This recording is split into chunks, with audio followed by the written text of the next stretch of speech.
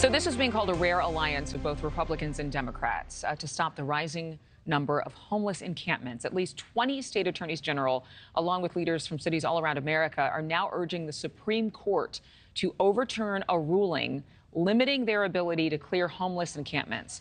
This as many cities and towns are overrun. Homeless advocates say the effort will further marginalize the needy.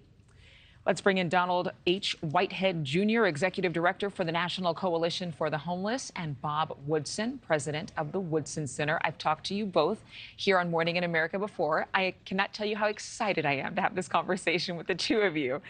Donald, I'm going to start with you. I know you're a big advocate for the homeless. California Governor Gavin Newsom, he actually surprised a lot of people, joining dozens of leaders, including Republicans, to back the effort to allow law enforcement to go in and say this law was overreaching. We need to do something to have people move along. They can't just be sitting on the steps of public buildings. What do you say?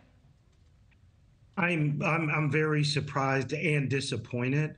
Martin versus Boise is the case that the legislators are referring to.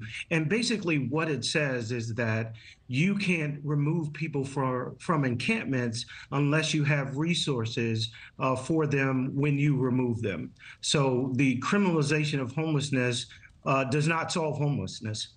People who are rounded up, people who are put in jail, when they get out of jail, when they leave those mental health institutions that they're forced into, they're still homeless at the end of the day. So we have not solved the problem. The reason why it was enacted is to force people to look at viable solutions that are systemic in nature, that get to the structural issues that cause homelessness. We can't keep treating the symptoms of homelessness. We have to treat the structural issues that cause it. One statistic that'll really blow you away is that 702 people are housed in Los Angeles every day, but then 727 show up at the door the next day.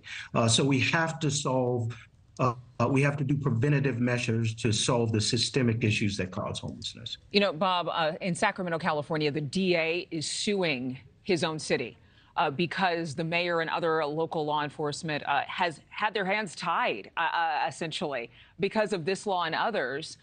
Where we see residents, homeowners, business owners whose lives have actually been endangered by homeless people who have felt it's their right to encamp wherever they want, publicly or right across from a subdivision.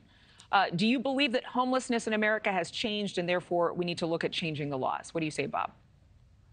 I think we need to. First of all, I don't think you can generalize about homeless people. Not everybody is homeless for the same reason.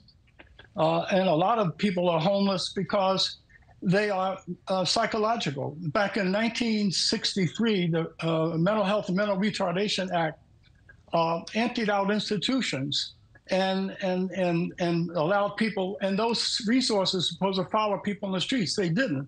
Also, that law prevented families from involuntarily getting members of their family institutionalized if they had mental problems, an injury to themselves or to others. That has changed.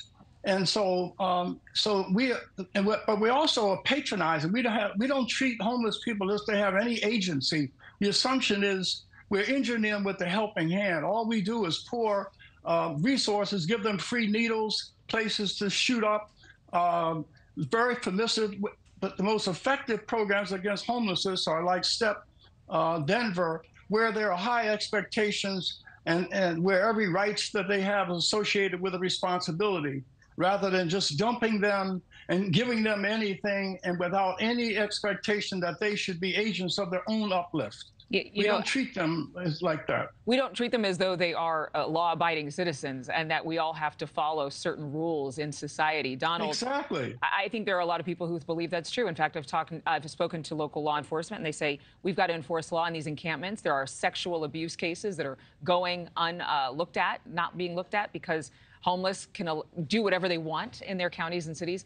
Donald, when you see, obviously you have a compassionate eye. A lot of people have compassion for those who are on the streets. But when you see that there are more encampments, that it's more prevalent in places where there were no homeless people before, what do you believe the solution should be? Should we be building more mental institutions? Should we be putting more of those homeless people in conservatorship so they can get the medical attention, the professional help they need?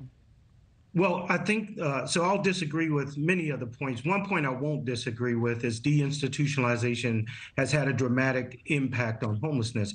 Thank you for watching. Go to newsnationnow.com to find NewsNation on your television provider. And don't forget to click the red subscribe button below to get more of NewsNation's fact-driven, unbiased coverage.